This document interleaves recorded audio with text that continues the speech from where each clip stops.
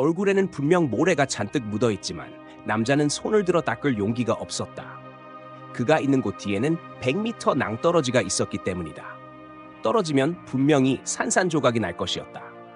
그는 이를 꽉 물고 미간을 찌푸린 채 온 힘을 검지에 집중시켜 모래를 단단히 움켜쥐고 있었다. 조금도 움직일 수 없었다. 그러나 안타깝게도 모래는 너무나도 푸석거려 그의 몸무게를 지탱하지 못했다. 금세 남자의 몸이 통제 불능 상태로 미끄러지기 시작했다.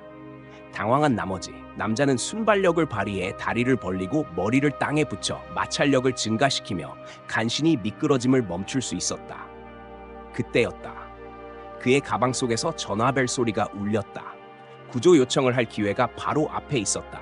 남자는 조심스럽게 오른손을 천천히 들어보려 했지만 손이 휴대폰에 닿기도 전에 몸이 다시 한번 크게 미끄러졌다. 남자는 극도로 긴장했고 온몸이 떨리며 바닥에 붙어 있었지만 이 유일한 생존 기회를 포기할 수 없었다. 3초간 망설인 후 그는 다시 호흡을 가다듬고 이번에는 왼손을 조심스럽게 들어 가방으로 뻗었다. 조심스레 지퍼를 열었고 드디어 휴대폰에 닿으려던 순간 몸이 갑자기 균형을 잃고 빠르게 아래로 미끄러지기 시작했다. 남자는 사지를 바위 절벽 끝에 억지로 붙잡고 겨우 목숨을 구할 수 있었다. 하지만 문제가 있었다. 그에게는 더 이상 갈 길이 없었다.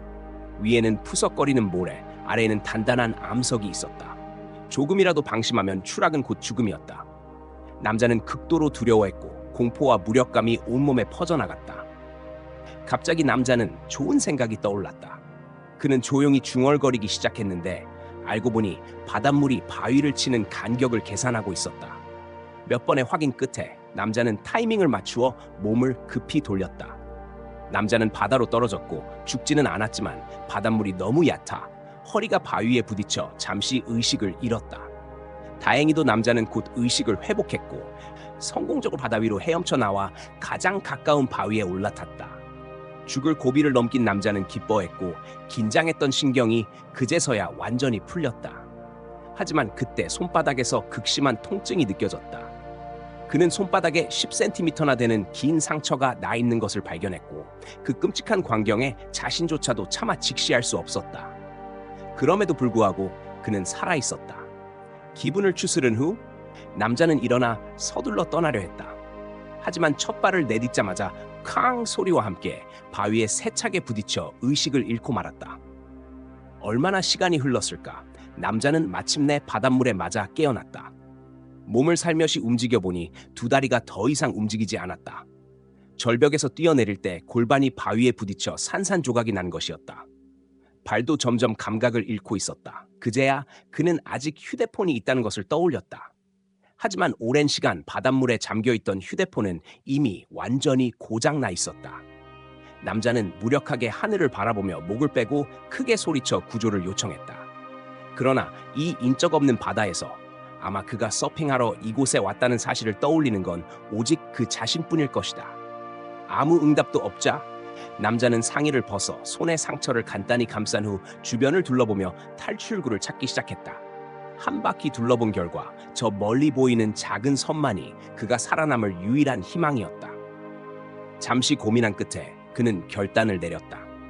가방을 메고 몸을 힘겹게 끌고 가 바위 가장자리로 간 그는 몸을 돌려 바다로 떨어졌다.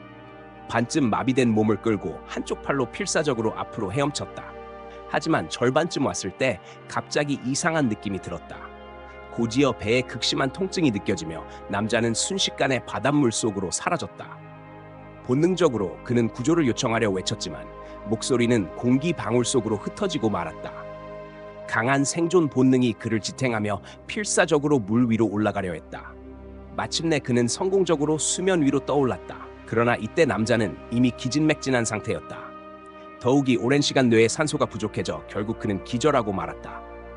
이번에는 더 이상 힘이 없었다.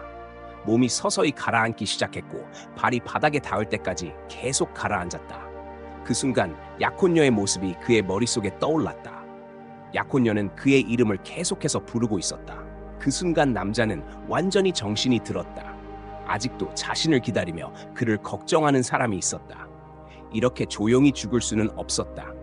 곧이어 남자는 마지막 남은 모든 힘을 짜내어 한 번의 기세로 성공적으로 수면 위로 헤엄쳐 올라갔다.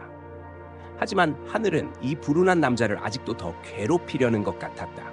이제 막 해안에 닿으려던 순간 거대한 파도가 몰아치며 다시 그를 바다로 휩쓸어 갔다. 자칫하면 그는 바위에 부딪힐 뻔했다. 위기의 순간 그는 가방을 뜯어내어 힘껏 던졌고 가방끈이 성공적으로 바위에 걸렸다. 이어서 손목을 바위에 단단히 걸고 나서야 겨우 목숨을 구할 수 있었다. 남자는 너무나 지쳐 탈진한 상태로 더는 몸을 움직일 힘도 없었다.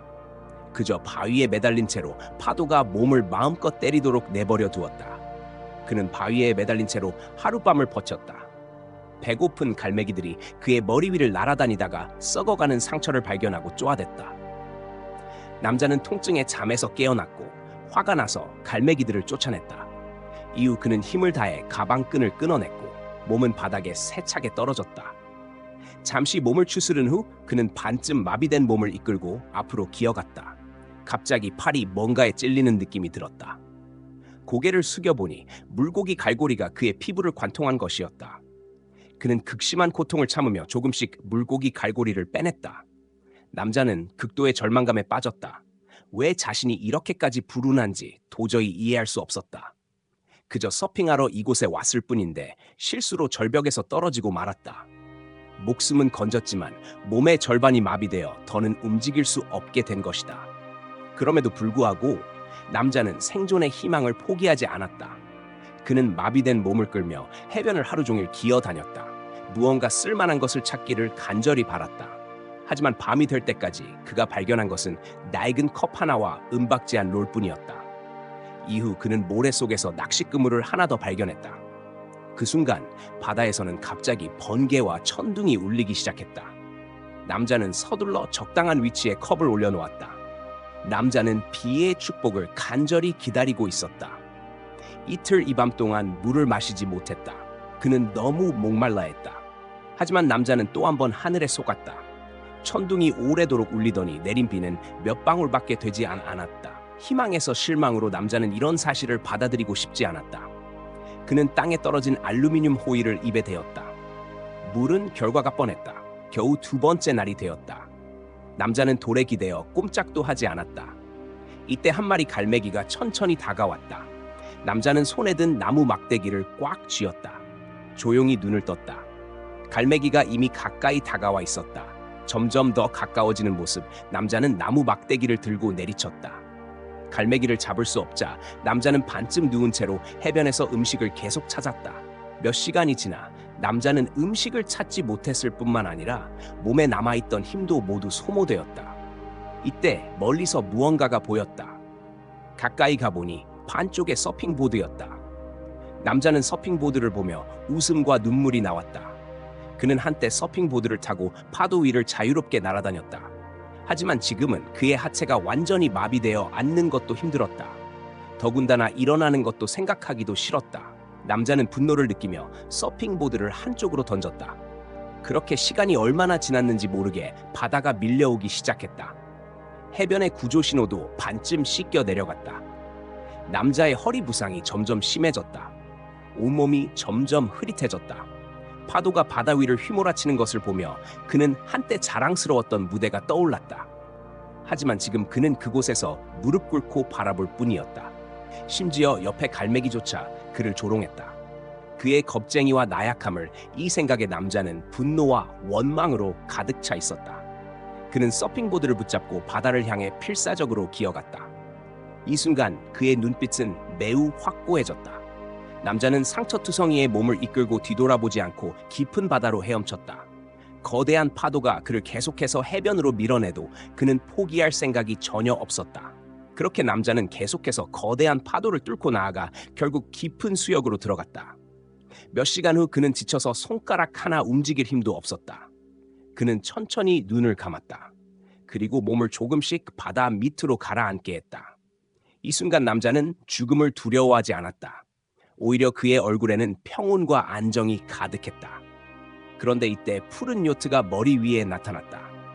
위에서 잠수부가 바다로 뛰어들어 남자를 끌어올렸다.